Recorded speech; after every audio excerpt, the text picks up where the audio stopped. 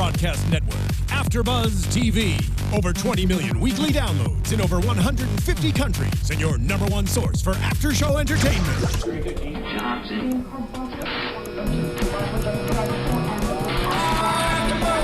AfterBuzz TV, the destination for TV superfans. Producing aftershows for over 300 of your favorite TV shows, interviewing celebrities and showrunners, and bringing you behind-the-scenes exclusives. All thanks to E! Entertainment's Maria Menounos, producer Kevin Undergaro, and internet leader Akamai. Now, let the buzz begin! There we go. There it is. I chose this for Allison. Oh my gosh. Here we are. This is the AfterBuzz after show for The Good Wife, Season 7, Episode 7, entitled Driven. Now, I will say, I thought that part with the goats singing this lovely song was the worst part of the episode, hilarious. but I enjoyed it, guys. Yeah, counterpart here loved it. So I'm Tara Johnson, and I am the lovely Alison Law, and we are here doing this one more time for you. So, Allison, what'd you think of this week's episode? Oh my God! Before we start, I just want to say to everyone, Bobby's out sick again. Yeah, he is. Send him good vibes, everyone. Hopefully he'll be back next week. Hopefully everyone leave him comments, wish him well. Yeah. Because I miss picking on him. Don't you guys miss him? Yeah, so miss the duo.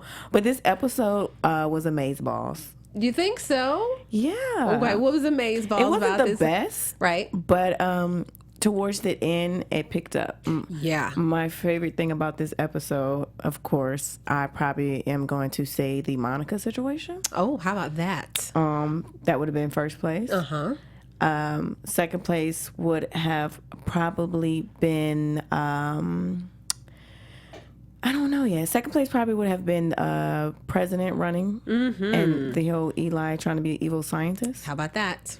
And then I probably would end with the whole Jason investigation. How about that? All right. thing. So let's start from the top and hit all of those different points. So this week was a little bit different. We only had one case. I think the last couple episodes we've had a couple cases going on. But this week's case was Kristen Balco with Running Milk. And it seems as if it's some kind of software company and she had to take a polygraph test. She lied on her resume. They fired her saying that she failed her polygraph test, but that's really not the reason they fired her. We found out in the episode that ultimately they fired her because she put together a relationship application, a way to predict people's relationships, and Running Milk sold that application, and they were in cahoots with the NSA, and they wanted to get rid of Kristen so no one would find out, they wouldn't have to pay her for it. Wow, that's the government for you, huh? Well, I mean, this one was a little unlike other episodes with The Good Wife in their cases. I mean, like we said, this season, the Kings are really using this season to talk about how they feel about a lot of issues going on. This one was a little difficult to follow to me, a little convoluted. It had some twists and turns.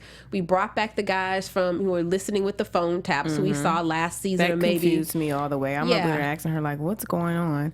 Now they're about to start some drama. Yeah, exactly. So it's going to lead to something else. But what I thought was really interesting about this case is, how did Kristen come knocking on Alicia's door? Lewis Canning referred her to them. Was that a setup? See, I think it's a setup because I think Luca is in cahoots with Lewis. I've said this from the beginning of the season. Really? Yeah, I do. I believe that somewhere along the line, Luca's worked with Lewis Canning, and that's how he stays up on what Alicia's doing. I mean, that could possibly be true because, again, she's too quiet. We know nothing about this young lady. I still have that gut feeling that I don't trust her. So, I mean, I can see that coming, but it's just odd out the blue. Why would one of Lewis' clients just randomly knock on Alicia's door? Oh, I'm too busy. I have someone that can help you. Go hit up this girl Alicia who I can't stand. That's just weird. And the thing is that Lewis had already filed the case. So she was like, he just got busy, so he told me to knock on your door, which kind of makes it difficult for Alicia to turn the case down. Or maybe Lewis really felt like, I know Alicia could get the job done, and I can't. Of course. But she hates him. And, I think he's trying to still, because remember at the beginning of the season, he asked for Alicia to go into practice with him, and she said, no, hell no.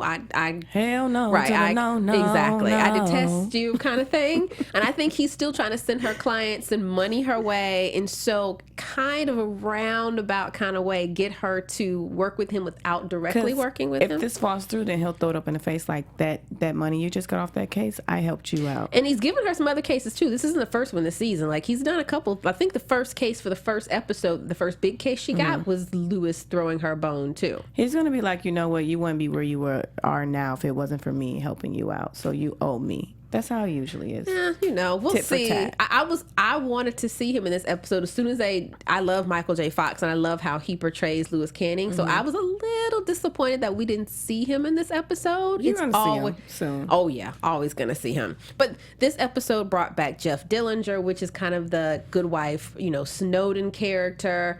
So we'll see what's going to happen with this and this phone tap, because those guys at the company listening to the phone, they were just dying to find another way to listen. I can't remember the Snowden thing. What is that? Jeff Dillinger came in. I can't remember which season. You guys let us know out there which season it was. Jeff Dillinger. He was the Snowden version of. They had a case that was kind of like the guy who blew the whistle on the NSA, and so then he had to flee the country. So that's why she had to go through all the twists and turns to call him.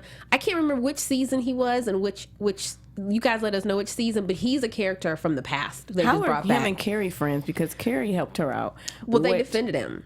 Okay. Well, one, I don't understand the whole blanket scene, because they went through all this secret stuff and the NSA still picked up on their phone and tapped it. Exactly. But that's what he thought you had to do, which I want to know if anyone out there is up on the security stuff. What does the blanket do? That was so childish. I was like, really? And she played along with it, too. Of course. I mean, I get the burner phone. I get the secret code. But are you under a blanket? Yeah, what does the blanket do? Somebody out there let us know, because I was a little confused by that. So we're going to have to see where that leads. But what we were saying before is another thing that came out of the case was Luca was talking to Alicia about malpractice insurance. And Alicia is a little concerned about Jason's past, which we're starting to hear about little by little. The question I have for you is this. Now, Jason is an independent contractor. Maybe I'm being a little too realistic here. So if he's an independent contractor, it's his responsibility to get his own insurance. It's not Alicia's responsibility. Exactly. He should ask her, like, where's my benefits or what's going on? If he's not an employee. But my question is, do you think Alicia's trying to find out about his past for professional reasons or personal reasons? Correct. Because why would you care that much to help out an employee and be like, hey, you don't have any benefits, let me help you out? No, if you don't come to me and take care of your business, that's not my responsibility. I feel like, of course, she likes him. She wants to dig deep and know what she's getting herself into first before she pursue that outside professional relationship. You think, because last week we talked about this last week. They had that whole little... But this week when the judge, because Alicia was calling around, everyone was calling around, she talked to the judge, I think, who really called Jason a borderline sociopath, which was pretty scary. It was scary. I loved how the camera crew, the angles they did and like zoomed in, zoomed out on the eyes and made him look really crazy. So for that moment, I was like, damn, is my bae crazy? No, he's still hot. He can still get it. Yeah. But it was kind of believable. But then again, he had so much animosity in his voice. I feel like he was just, how someone don't like you and they talk bad about you because they mad or angry. Right. So we still didn't get to the bottom of what really happened. We kept saying, what ticked them off? What really happened? What did you do? It could have been something personal before that case. They could have had something back in the past, and we don't know the true story. So they could have been old friends off the street. We don't know the truth, and he just was sitting there like, I'm going to hate. You going to hire him? No, like right off the top, hating. So then again, I feel like that's just a hater move. He's talking stuff, and so I don't know. I mean, I know he has a dark side. I can see it in his beautiful eyes. But I don't think he's crazy like that. I don't think he's crazy like that, but I will say the description of a sociopath who really has no feeling and emotions and who can portray and pretend to be certain things. Remember last week when I said, I don't think he and Alicia really had a moment. I think she had a moment. I think that's just who he is. I think he can portray and be whomever he needs to be at the time. The characteristics of the sociopath, he fits the description, but I feel like that was his friend or whatever this guy was just noticing things. Somebody tick off, so you're like, 1 minute Allison was nice, next minute she's crazy, she's bipolar. So he did something, and out of that they're like, oh my God, let's diagnose him, he's a sociopath. But in reality, I feel like maybe he has anger management. He's just when you bring that evil dark side out, he'll go crazy and just react in anger, not because he's mentally ill. I don't think he's a sociopath, and I don't blame him when Alicia said to him, "Well, why did you beat the judge up?" Like, just out of the blue, 100%. Why'd you beat the judge up? Yeah. I don't blame him for not answering her question. Why do you want to bring up all that stuff from the past? Why are you bringing that negative stuff up from the past? Yeah. I moved on from that in my life. You know what I'm saying? I'm a new person. Every day I wake up, I start over and try to be. I don't want to revisit that. So that was petty and it was kind of immature. But then again, you're working for my firm, so I have to put myself in her shoes. You're working for me. You have this bad reputation or this dark past, wherever the case may be. I need to know what's going on somewhat. If I'm working for you, you're gonna want to ask me. No, I do understand that. I guess I didn't understand the way she asked him, because she asked him right there in front of Luca, as if she wanted to make sure she asked in a public place. Maybe she's a little afraid of him, given the description that the guy gave her before. She could have did it in a professional setting with Luca and be like, "Hey, I just want to bring up something. I was doing some research when I was hiring you, looking over your resume or whatever the case may be. I've asked some people about you. This is what I heard. Bring up that situation. I just want to hear what you have to say about it and move on from it. I'm not going to let that judge the way I think of you in a professional setting until I experience those type of things with you." Right, and clearly she doesn't care that much because she hasn't fired him. She's just nosy. She's just trying to get in them. She's trying to make sure. Trying to get in them jeans. I think that's what it is. I mean, You're right. I 100% agree with you. If he's going to be working with her and work with her clients that closely, you should have more than just a general idea of what happened in the past. If he's violent, that type of thing. But if he won't answer your questions, the thing that most prudent employers do, you just fire him. But she has not fired him. Because this is what you do.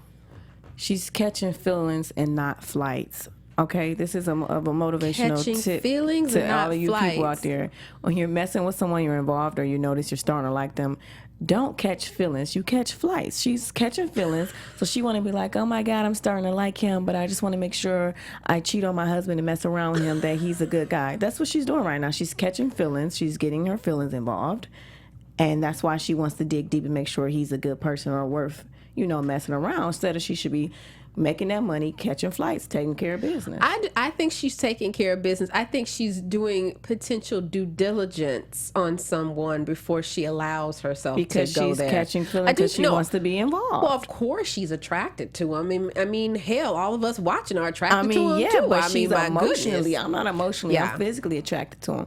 Now, maybe, if we were in person, who knows?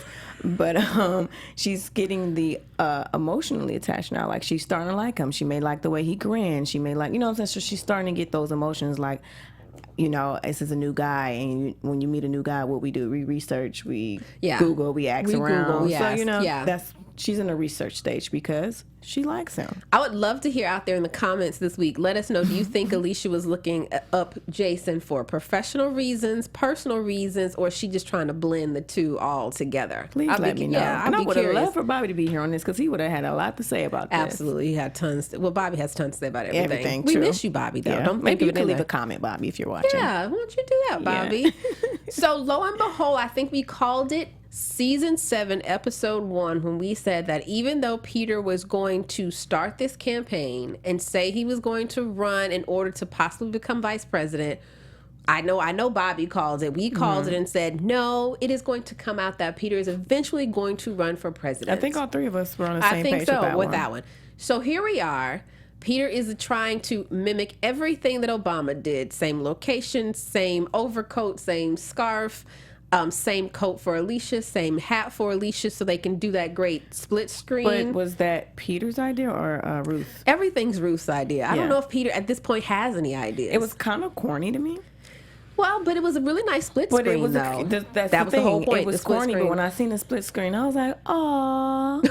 You did say, she did say, "Aw," and that's what they want. That they wanted that reaction. They wanted you to automatically think Peter, Aw. think president. So it was cute, but it was corny.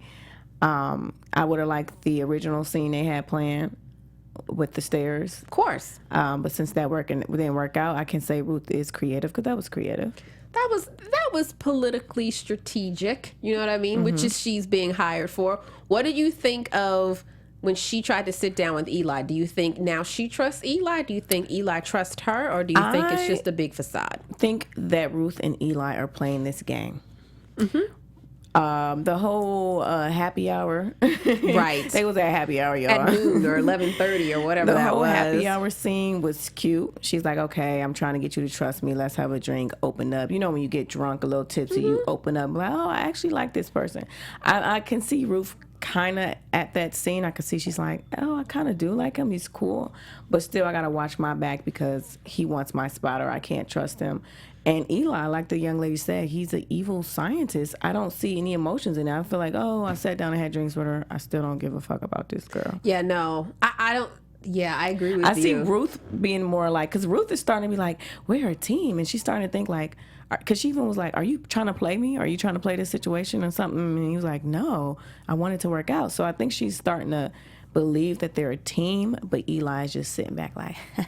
Well, I think this is the position Eli's wanted to be in all season, because if Peter was just running and trying to be vice president, no offense to the vice president's wife, but Alicia's not that important of a figure. Mm-hmm. If Peter's trying to run for president, it is all about Alicia and how they come across as a couple. Mm-hmm. So Ruth needs Eli, and I think she's realizing that more than before.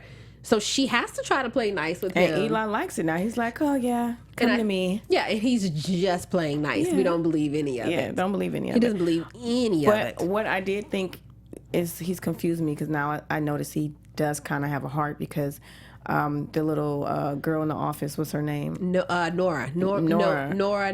Yeah, I think Nora. She keeps saying, are you going to... Yeah, are you going to get Are Peter? you going to mess it up? Yeah. And then at the last minute, because he went to the old judge and tried to mess him up, and that backfired in his face when he was like, oh, Peter's going to go down. Right. And he wasn't expecting that.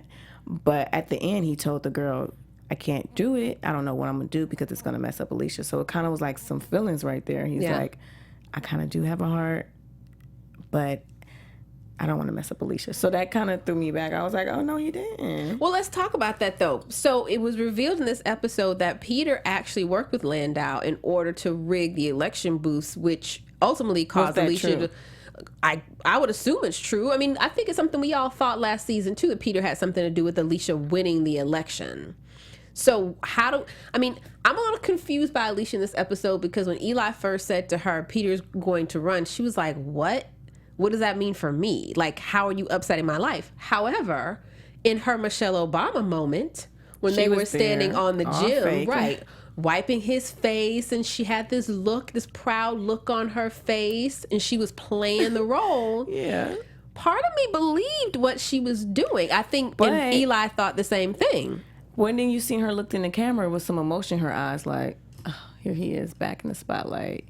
I was supposed to be in that position. I didn't get that. Like, so what did you get? I really got a genuine feeling of, I'm proud of this man. Like, when you're standing there and your man is doing something fantastic and you're like really supporting him, that's the look I got from Alicia. You may be right on that, because if you go and look at the previews, that emotion from that scene led them into another scene together. And we have not seen them in a scene like that in how many seasons? I don't even know how many seasons. I can't. I think maybe, and you guys let me know, maybe second season when Peter, I don't even know. She was like, you know what, babe, I'm turned on by that. And that's what I mean. That brought the fire back into our relationship. So I can't agree with you on that, because I've seen some type of emotions, but I took it as if, she was kind of a little jealous. But it could be, you know what, that's Bae, and I want him back, and I miss him. That's the guy I remember I fell in love with. Or it's just we're in that position, and we got to have that vibe. Sometimes when you're just in that close proximity with someone, you start remembering what it used to be. Or it could just, I got caught up in the moment. Either way, I saw something in Alicia when it came to Peter that I don't think we've seen in several seasons. I mean, you've seen a lot of emotion between them, but you haven't seen that in a really long time. Yeah. And I do think it was genuine. How do you think Alicia's going to feel when she finds out that Peter was the cause of the election being hacked? She doesn't care. She never wanted that position in the first place. I think she's going to be furious, only because of the fact that she's trying to be so independent. Yeah, she's going to be furious. She's going to be mad, and then she's going to get over it because she really didn't care. And it's like, okay, I'm over it, back to my passion, which was law. I just did that just because I wanted to prove you and everybody else wrong, that I can be that independent woman. Right. But she doesn't care, because that wasn't her passion. She really didn't want that position. She had no clue what she was going to do. I think we went back. Yeah. I don't know 100% if she wanted that position. Yeah. I think she's going to be pissed at Peter, she'll be though. pissed, but she'll be like, oh my God, why did you do that? Next day you look up, all right, I'm back on my cases. I'm trying to build my firm. Well, clearly she's not going to find out before they have sex next week. So that'll be sorry, spoilers if you guys. Right. Oh, yeah. Sorry about that. We don't know. It could be a tease session. Yeah, or it could be like a fantasy. We don't know. Yeah, we just saw people putting on clothes next yeah. week. That's all we know. So we're going to see what's going to happen with Peter's election. The last thing that happened with this episode that was a tad bit interesting, there was an employee, well, not even an employee, an interviewee named Monica Timmons, if I'm not mistaken, that was her last name, who was looking for a job at the lovely firm. Monica, she 26-year-old. She had the pleasure, I will say the pleasure, of interviewing with Howard, Diane, Carrie, and David. They decided not to hire her. But do we find it interesting the things that they said to her in their various interviews? See, here's my thing. What's your thing? It's funny because when I was sitting there experiencing that, being the fresh, young, intelligent lady, kind of newly out of college, going through the things she's going through, and I'm wondering, is that what they really do when they sit and try to pick their people? Do they really go over this and do that? And I was sitting there like, wow, is that how it really is? Like, is that what happens when it comes to bringing a African-American client in? But my whole thing was, I really felt like Diane, she really liked her. I could see her like being the next Diane, taking over. Okay. But my only thing was, it was very racist. What they were saying was terrible. And then it's like sometimes they feel like, okay, give a black girl the job. She comes from nothing. Let's feel like a charity. We're doing something for her. So that kind of threw me apart. I really think it was unfair. It was sad to sit there and see how things really go down. Yeah. But honestly, I think she's one of the good candidates. Just because you go to a top school doesn't mean you're good. A lot of people went to Harvard, Stanford, Harvard. I mean, half the time they cheated on their tests. You know what I'm saying? Some people are really good people, but they take bad test scores. You know what I'm saying? I would have probably been like, gave them a mock trial and put all of them up and like, let me see your performance in action. Because at the end of the day, it comes down to your performance. True. Not your scores from studying hard. I want to know, what can you do when you're under the pressure? And when it happens, can you handle it? And she seems like, look, I'm from Maryland. I can handle this. She's a little rough around the edges. I think she can handle the sweat. And some people that's been privileged enough, they have the scores, they have all this, I'm the top candidate, but when it comes down to it, they can't even handle the pressure. I agree. I mean, I have been in her, I've been in her shoes interviewing at firms and that type of thing. And I will say from top to bottom, just about every question they asked her was absolutely illegal. You cannot ask someone their age. You can't. I mean, as far as asking where they're from, that's fine. But then to make the inference that because she's from Baltimore, it must have been a tough neighborhood. She could have grown up in like the nice parts. Yeah, she could have grown up in the upper level. I don't know, income level. So did you of Baltimore. ever run into? You're a lawyer. You was right. Did you ever feel like you ran into these issues and you did not get chosen because of your? No, I will say I don't think I. 100% how would I know? But at several firms I worked at, I was on the recruiting committee, and I will say with me sitting in the room, there was never those type of conversations where they were like, oh, okay, we have 3 white guys and a black girl. We got to give this a black girl because she's underprivileged and blah, blah, blah, blah, blah. Those were not the kind of conversations we had. Now, I can't sit here and say that maybe someone else didn't have those discussions without me. I mean, that would probably be a little crazy to have those in front of me. But just to talk to this woman that way, I thought was completely ridiculous. Right. And I couldn't believe, I mean, it was nice for her to send the video. But how did that happen? Was she just sitting there recording on her phone? It happens every day. She's smart. And if I was Diane, I would have been like, look, this girl, I like the way she operates. Absolutely. Because we need those type of people in the field. When a case come up, something, they're going to go and take another different route to get the job done. And what she did, it was sneaky. I was like, I want that type of person on my firm. But I mean, but like they said it, they must have said it, 3 or 4 times in this episode. If you're recording something in Illinois, not in all states, but in Illinois, if you're recording something and the other party doesn't know, it's inadmissible in court. Right, but that could have went up on YouTube as. But I mean, it wouldn't have been admissible. But either way, it'd have been horrible PR for that law firm. Exactly. You know what I mean? I can't believe she just didn't automatically come out and sue them. That's what I think I would have done. But how was she going to sue them if she recorded and they didn't know? Oh, and it's not even about that. I mean, tons of things happen in everyday life. life and it's he said, she said type of thing. You know what I mean? Just simply say, I would have sued them before it probably isn't worth it. It may not have been worth it to her, that kind of thing. To send the videos of one step beyond just a lawsuit. I was expecting a lawsuit. I was expecting that this was not the last time we were going to see Monica. We don't know because she didn't give her a job. That's true. We don't know. Monica may be a recurring role now. Because, first of all, like I'm saying, you don't bring them in more than once. She came in, like, we never seen the other people they hired. Diane brought her back. That made no sense to me. Well, we didn't see the other guys they hired. So it's like we're seeing this Monica girl face a lot. So she may be on the show more than what she is now. One thing I didn't like is how Carrie was really, he got thrown on the bus. Diane was like, you're only picking guys that look like you. Right. And he couldn't defend himself. No. So overall, it kind of touched me because I'm like, wow, I am African American, and it was like, this is what we go through. But I really think she could be the next Diane Locker. I really think they should hire her. I mean, I think they should at least give her a real shot. Especially with this, she's coming back. She's hustling them right now. Right. So I respect that about her. All right, well, let's see. I think we covered everything. How about some predictions? Yeah, let's go into predictions. And now, your AfterBuzz TV predictions.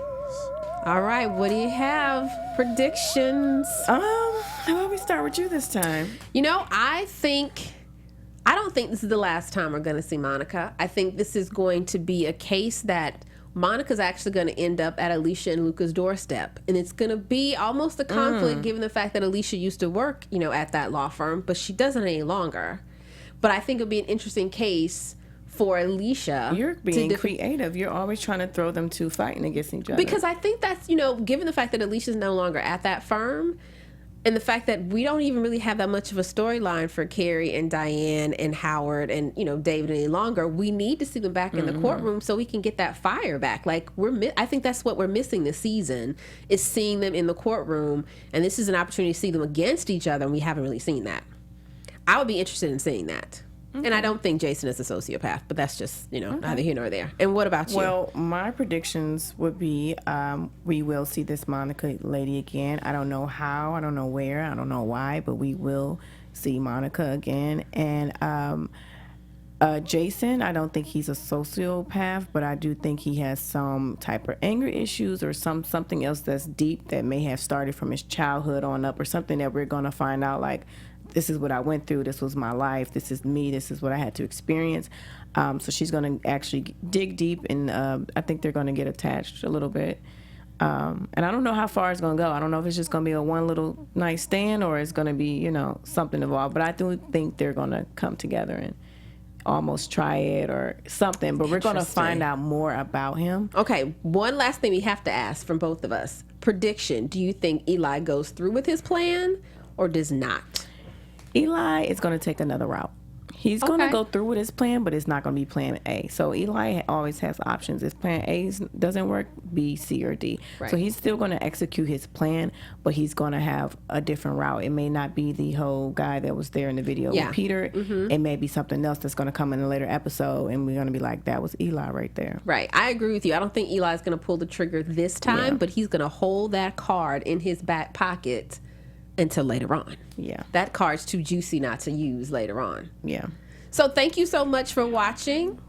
I think we wrapped it up. Allison, where can they find you? As always, you guys can check out my website at that'salaw.com, That'sAlaw, and also Instagram, Twitter, That's A Law. And you can find me on Twitter and Instagram at TJ Wagging Her Tail, and on my women's talk show, WordsWineWomen.com, premieres the second season this Wednesday, the 11th. Make sure you check it out. Until next week, we'll see you. Bye. Bye. From executive producers Maria Menounos, Kevin Undergaro, Phil Svitek, and the entire AfterBuzz TV staff, we would like to thank you for listening to the AfterBuzz TV network. To watch or listen to other after shows and post comments or questions, be sure to visit AfterBuzzTV.com.